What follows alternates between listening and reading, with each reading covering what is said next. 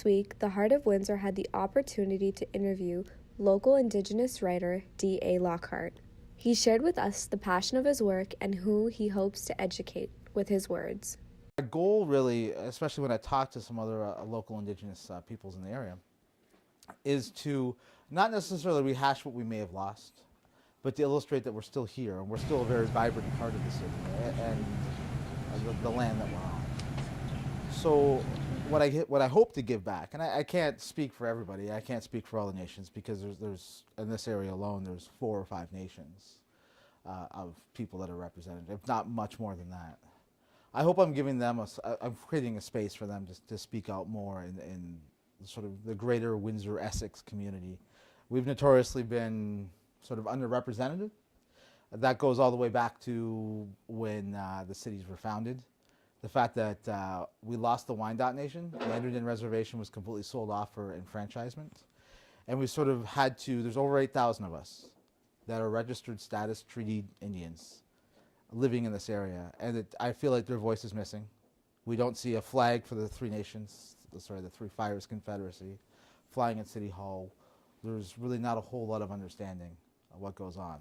So my hope is to, I always like to go back to a line from Richard Brautigan. He's the great Western American writer, of hammering on the gates of immortality with a typewriter. And it's the idea, I still have a typewriter, I don't really use it, but I have a keyboard. I'll hit them really hard. But the idea that we're trying to hammer out a space for non-mainstream voices in Windsor and Essex and all of Ontario, for that fact. Next, we interviewed Sheila Wisdom, Executive Director of Windsor Symphony Orchestra. This is what she had to say. Well, I think we play, if I can say it, and this is about the Windsor Symphony, it's not about me. I think the Windsor Symphony plays a lead role as a catalyst, bringing other arts organizations together, and for everyone in this community, it enriches our lives. Sheila had one final message to convey to all of our listeners and viewers. Go, come, I'll give you tickets. You will be glad you did. It's just, it's transformative. The power of live music is very different than listening to it at home. It is also a shared experience, because you're in a theater with 500 other people or however many are there, and you're all listening to that music. And the other thing is, it will never sound the very same twice.